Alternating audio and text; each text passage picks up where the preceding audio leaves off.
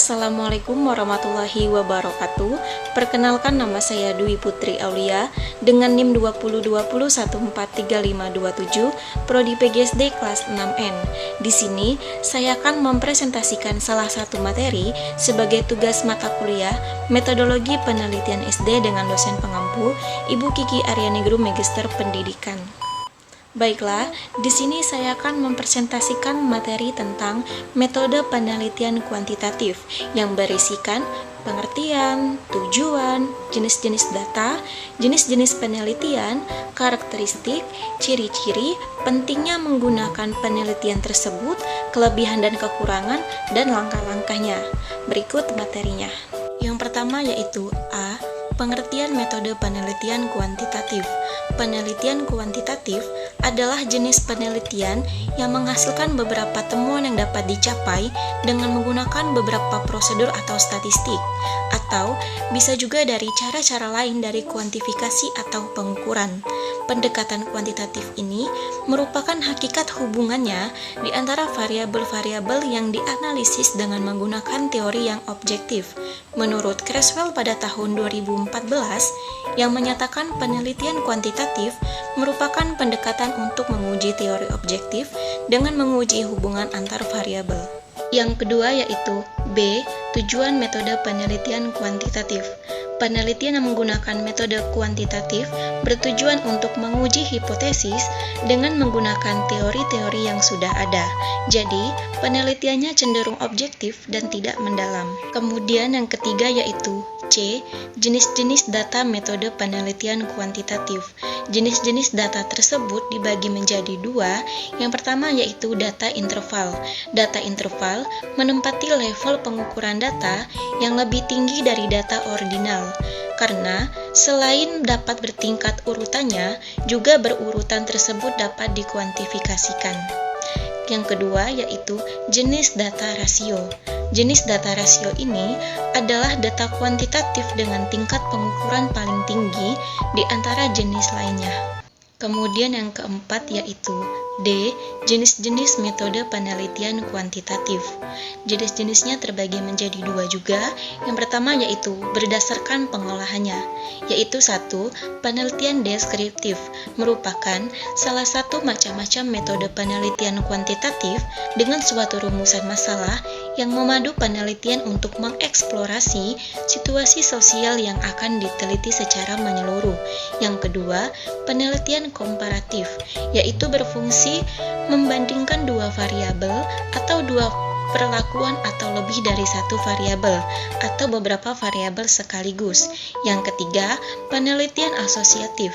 Itu bertujuan untuk mengetahui hubungan antara dua variabel atau lebih. Dan yang keempat, penelitian pengaruh. Bertujuan untuk mengetahui pengaruh antara dua variabel atau lebih. Kemudian, jenis yang kedua yaitu berdasarkan metodenya yang berisikan 1. Penelitian survei. Ini digunakan dalam evaluasi untuk membuat pencenderaan secara sistematis, faktual, dan akurat terhadap fakta-fakta serta sifat-sifat populasi atau daerah tertentu. Yang kedua, penelitian eksperimen.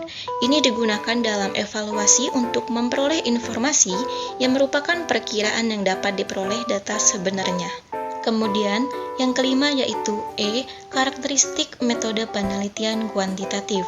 Menurut Nana Sujana dan Ibrahim pada tahun 2001 di halaman 6-7, menurut Susarsimi Arikunto pada tahun 2002 di halaman 11, menurut Johnson pada tahun 2005, dan menurut Kasiram pada tahun 2008 di halaman 149 dan 150, mengatakan bahwa karakteristik metode penelitian kuantitatif adalah 1. Menggunakan pola berpikir deduktatif yang berusaha memahami suatu fenomena yang konsep umumnya untuk menjelaskan fenomena-fenomena yang bersifat luas.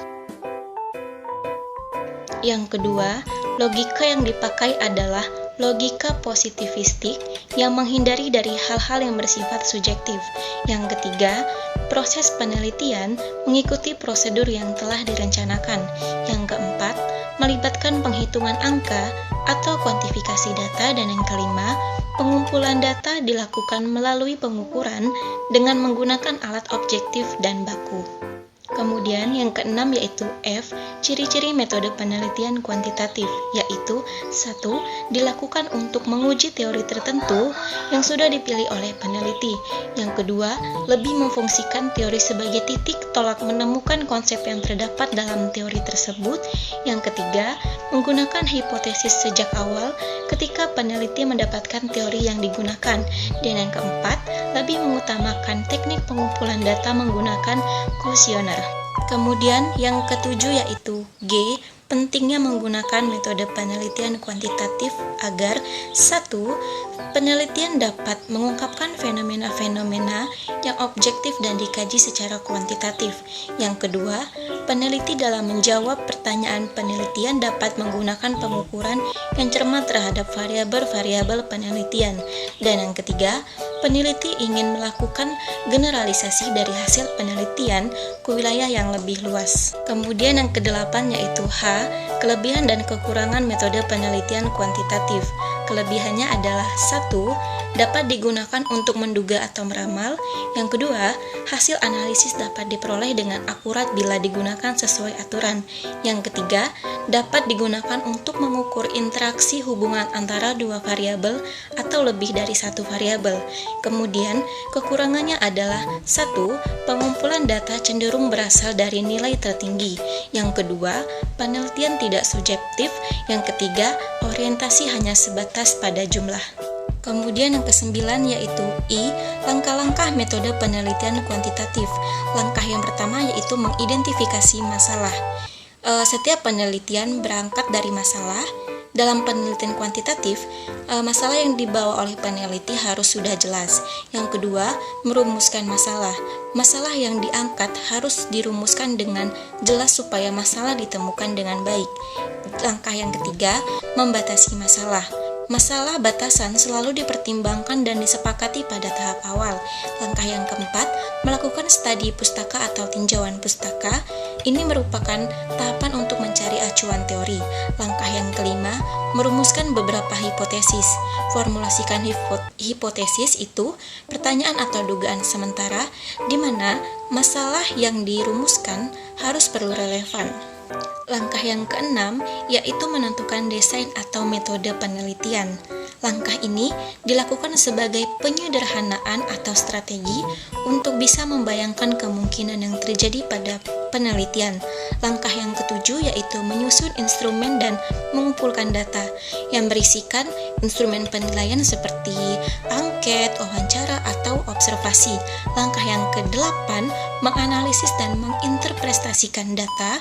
Data penelitian ini perlu dikumpulkan menggunakan metode yang sesuai dengan metode yang diambil. Dan langkah yang kesembilan yaitu menarik kesimpulan. Setelah data berhasil diolah dan dianalisis, maka informasi yang didapatkan untuk membuat kesimpulan. Baiklah, demikianlah materi yang saya sampaikan.